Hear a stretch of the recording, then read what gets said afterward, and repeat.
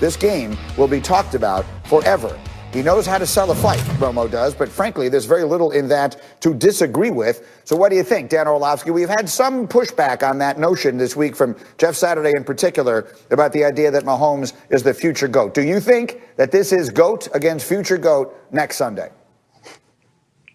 Yeah, absolutely. I don't know what the heck Jeff is talking about either. Like, we can't have an opinion of who the future greatest of all time could be. Like, I know he said there's either a GOAT or not a GOAT, but like, we can also entertain the guys that have the potential to do it. I would say that when it comes to this weekend, Mahomes can't catch Tom Brady when it comes to Super Bowl wins if he doesn't win this weekend. And then he also cannot be the GOAT if he doesn't catch Tom Brady. If that makes sense. Like, he's not going to be able to surpass in everybody's eyes Tom Brady is the GOAT unless he chases down those Super Bowl championships. That's just the reality of how we look at the quarterback spot when it comes to career accomplishments. So this weekend is bigger than just the 2020 Super Bowl champion. Like, this weekend's winner, or this coming weekend's winner, is going to determine if Tom Brady is sitting at the top and no one's going to chase him down, or if Patrick Mahomes has, next weekend, if Patrick Mahomes has the actual chance to go chase down the greatest of all time when it comes to that. Because I'll say this, if he wins this weekend, and I think he will, he's going to go chase down Tom Brady's 6 Super Bowls. Rob Ninkovich, what do you think? You won 2 Super Bowls with Brady. What do you think is at stake here as far as the legacy of these two guys?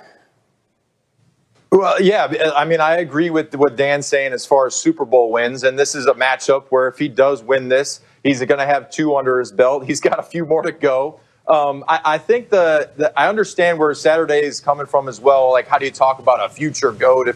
If there is the GOAT, how do you even say future GOAT? I understand a little bit what he's saying when he's talking about that. But you have to understand, to be the GOAT, you have to win in your 20s, in your 30s, and Tom's doing it in his 40s. So you have to be at least to 10 Super Bowls. I mean, that's like the at least 10 Super Bowls. And he's got 6 Super Bowl victories, Tom Brady. So if Pat Mahomes wants to surpass, he not only has to play well into his late 30s, early 40s, he has to be at or above the levels of Super Bowl wins and Super Bowl appearances. And he's young. He is young, and he's going to be to 2. So he's got a long way to go to surpass the things that Tom Brady has done. Now, Graziano, you're one whose job is to chronicle these things. What do you think is at stake in this matchup? Well, yeah, I think to Tony Romo's point, it's sort of like a division game, right, where you can either gain 2 games or lose 2 games at the same time. If he loses, then he's 2 years further behind where he needs to get, to catch Brady. So, and if he wins, obviously he picks up, he kind of doubles that up. So that's the way to look at it. But yeah, I mean, look, to Rob's point, what Brady has done is redefine it, right? Before Brady came along, who was the greatest of all time? We probably would have said Joe Montana for how much he won. Brady has taken it to a different level with how long he has performed at this level, and I think that's where Mahomes is looking way into the future for maybe a chance, if things continue, to someday get there.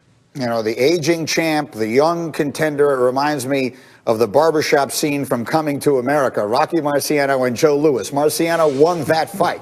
If Joe Louis had won, it would have changed the dynamic. If Brady wins this game, it goes beyond debate. Coming up, the Lambeau Leap.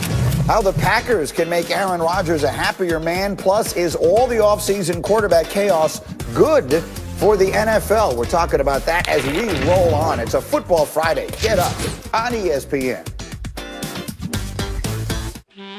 Does this make you want a Reese's? Oh, how about this? Okay, we'll stop. Just kidding. We're not going to stop. Not sorry. Reese's. Bolt 24, keeping it real with Damian Lillard. It pays to have range, like Bolt 24 antioxidant with vitamins A and C, Restore with 10 grams of collagen, and Energize with caffeine. All kinds of range. Bolt 24.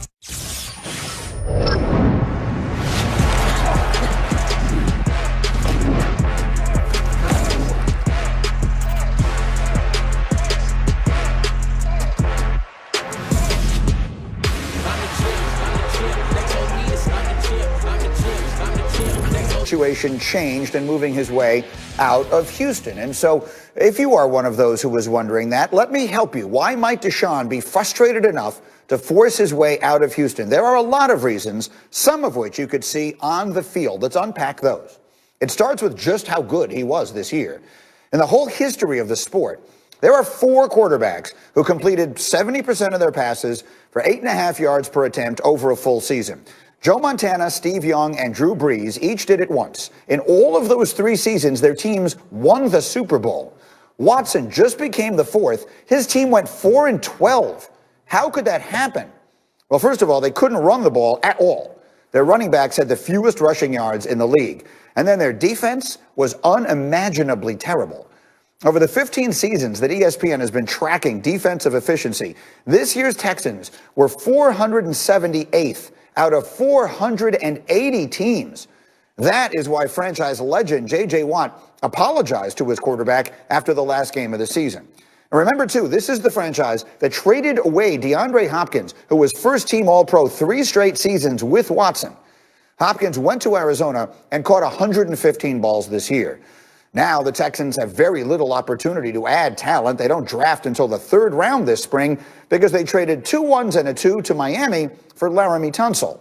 And the franchise's other legend, Andre Johnson, is tweeting warnings at Deshaun. That was the first tweet Andre has had in 2 years that wasn't an ad for something.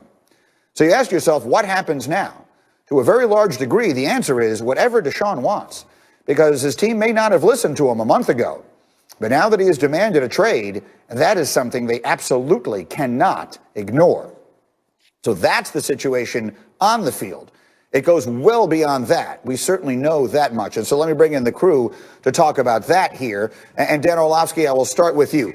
We just went through the football stuff. And you pointed out earlier, you played on some bad teams with some good players. I'm sure they were frustrated, but never to the point that they demanded to get out. So clearly for Deshaun, this is about something more than that. Way more than football. This is about Deshaun's soul. Like, this is about Deshaun Watson, the person. This is the same person that when he was growing up, work done in many ways saved his life, saved his family. This is the same guy that when he did sign his contract extension, got emotional talking about the family and the impact and the support from his family. So this is a guy that players in the NFL like revere Deshaun Watson as a player, and they look at him greater as a person. So once you cross that line to him as a person, that you've disrespected him as a human being, that's when he has these feelings that there is no going back. And I said this, Greeny, like the NFL should look into this. What happened? What exactly happened? Or what was said or communicated that got him to the point where he said, I do not care what it's going to take for me to get out of Houston. I am gone. The NFL needs to look into it because guess what? Other free agents coming, they're calling their agents going, I don't want to go to Houston after watching what they did just did to Deshaun Watson. I've heard the same that you have. Bart Scott, what do you make of all this? Well, I mean, I think they let Bill O'Brien hold the organization hostage and really run it into the ground on his way out. And I'm from the same type of area as Deshaun Watson is from. You know, we all know his story. We know that Work Done gave him a house full of humanity for him and his mom. We know about that. But, you know, guys that are from places where I'm from want respect. And he wants the respect of the CEO of that organization. And you don't disrespect somebody from the organization by trading his number one weapon without his knowledge. You know, let him be blindsided. You don't go out and then in turn say, hey, I'm going to include you in the conversations and then not include him in the conversation. You didn't have to take his recommendations, but you had to understand and let him feel that he was being heard, that his voice has power. Now, we can imagine Tom Brady. We can imagine, all the other premier quarterbacks, Aaron Rodgers going out and saying, hey, let me know what's going on and keep me involved in it. And it's about the mirage, about the mirage that, hey, maybe you do have more power than you do have. But if you tell him that he's going to be included, then you have to actually listen to some of his recommendations, whether you hire who he wants to hire or not. Yeah, look, I mean, respect is the thread of commonality. Aaron Rodgers, they went out and drafted his eventual replacement last year, and we see the problems that has caused. Rob Ninkovich, what do you think? Well, unfortunately, it's not the first time, and it won't be the last that a player's been lied to. I've been lied to. Bart's been lied to. Dan's been lied to. When you're a football player, these coaches and management, they're just fluffing you up, and they're going to tell you what you feel like they want you to hear to keep you happy. And I think at this point, you can't put everything on Billy O. It's got to go up to the owners too, because that ownership level was the one that said, hey, you're going to have some input in the GM decision. And then he went out and he hired a GM.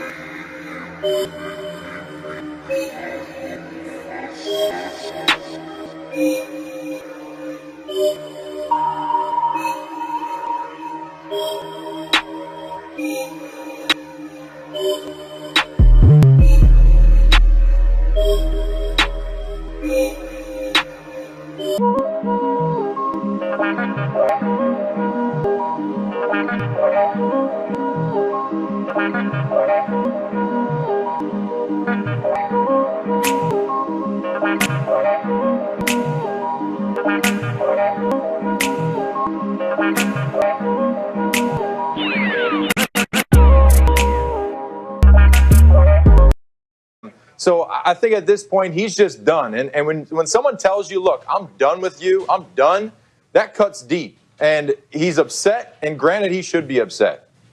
Listen, and I will tell you this too. There is a real quick thought. Go ahead, Bart.